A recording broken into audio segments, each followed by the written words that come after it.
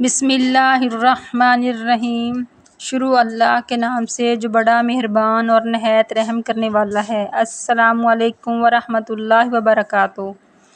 رسول اللہ صلی اللہ علیہ وآلہ وسلم نے فرمایا، جس شخص نے مجھ پر ایک دفعہ درود پڑھا، اللہ تعالیٰ اس پر 10 رحمتیں نازل فرمائے گا۔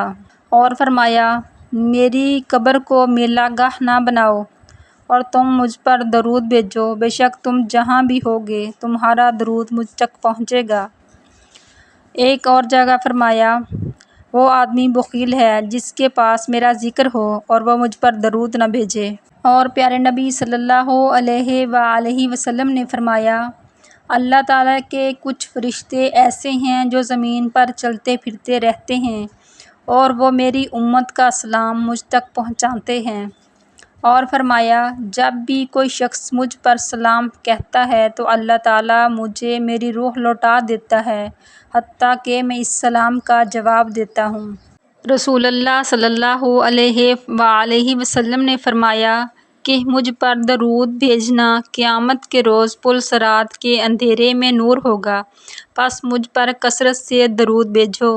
حضرت انس رضی اللہ عنہ سے روایت ہے کہ رسول اللہ صلی اللہ علیہ وآلہ وسلم نے فرمایا کہ مجھ پر درود شریف بھیجا کرو، تمہارا یہ درود شریف گناہوں کا کفارہ ہوگا۔ رسول پاک صلی اللہ علیہ وآلہ وسلم نے فرمایا، قیامت کی ہولناکیوں سے زیادہ نجات پانے والا وہ شخص ہوگا جو دنیا میں مجھ پر سب سے زیادہ درود شریف پڑھنے والا ہوگا۔ رسول اللہ صلی اللہ علیہ وآلہ وسلم نے ایک اور جگہ فرمایا، ہر چیز کے لیے طہارت اور غسل ہوتا ہے، اور ایمان والوں کے دلوں کی زنگ سے طہارت مجھ پر درود پاک پڑھنا ہے۔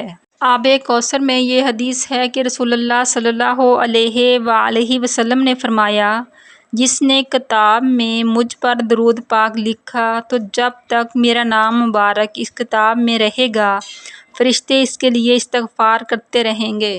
اس ویڈیو کو زیادہ سے زیادہ شیئر کریں تاکہ صدقہ جاریہ کا ثواب آپ کو بھی ملتا رہے۔ پیارے نبی حضرت محمد صلی اللہ علیہ وآلہ وسلم کی سنت پر عمل کریں، اور مزید اسلامی ویڈیو دیکھنے کے لیے ہماری ویڈیو کو لائک، شیئر اور ہمارے چینل کو سبسکرائب کریں۔ جزاک اللہ۔